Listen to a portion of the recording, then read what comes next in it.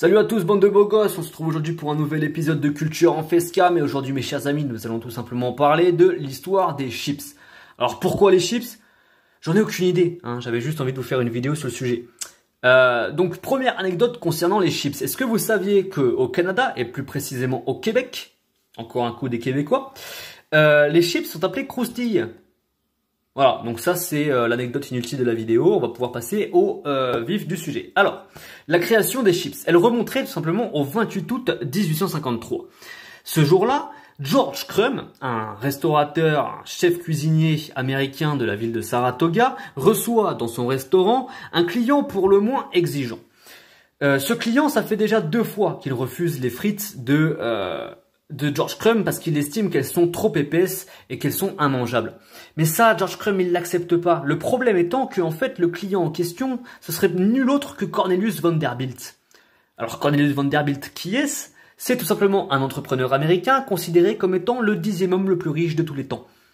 Voilà, donc c'est pas n'importe qui. Et pour autant, George Crumb, il n'en a rien à faire.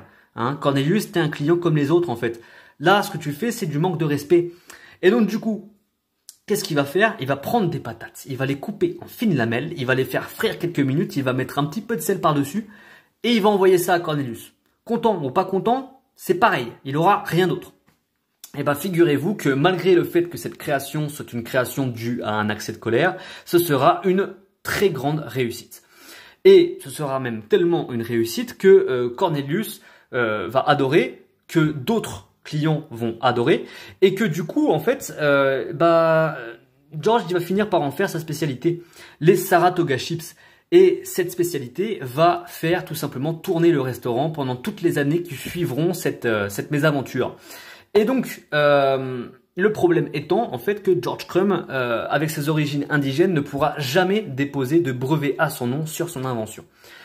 Il faut savoir également qu'il faut remettre en question toutes ces affirmations, dans le sens où de nombreux livres de cuisine, de nombreux livres de recettes contiennent des procédés culinaires similaires à la création des chips, alors qu'ils datent de 1820, 1830, 1840. Et donc du coup, on ne sait pas vraiment si George Crumb est le créateur des chips. C'est tout simplement en fait l'histoire la plus couramment véhiculée, mais on n'a pas de preuve du fait que ce soit effectivement le cas. Et donc du coup, prenez bien entendu toutes ces histoires avec des pincettes. Mais ça reste toujours intéressant à raconter pendant une soirée. Voilà. Il faut également savoir que l'origine des paquets de chips, tels qu'on les connaît aujourd'hui, est beaucoup plus récente. Il faudra attendre 73 ans et l'invention de Laura Scudder pour voir apparaître les premiers paquets de chips, puisque cette dernière décidera de vendre les chips froides dans des sachets en papier. Voilà. Et il faut également savoir que le créateur des tubes de carton Pringles que l'on utilise pour toutes nos soirées, donc qui est Frédéric Bohr, va décider tout simplement, va demander en tout cas dans son testament à être inhumé et qu'une partie de ses cendres soit conservée dans un tube de chips Pringles. Ce que sa famille acceptera avec grand respect. Parce que tout simplement, Frédéric Bohr était très fier de sa création, chimiste américain, c'est lui qui est à l'origine de tout ça.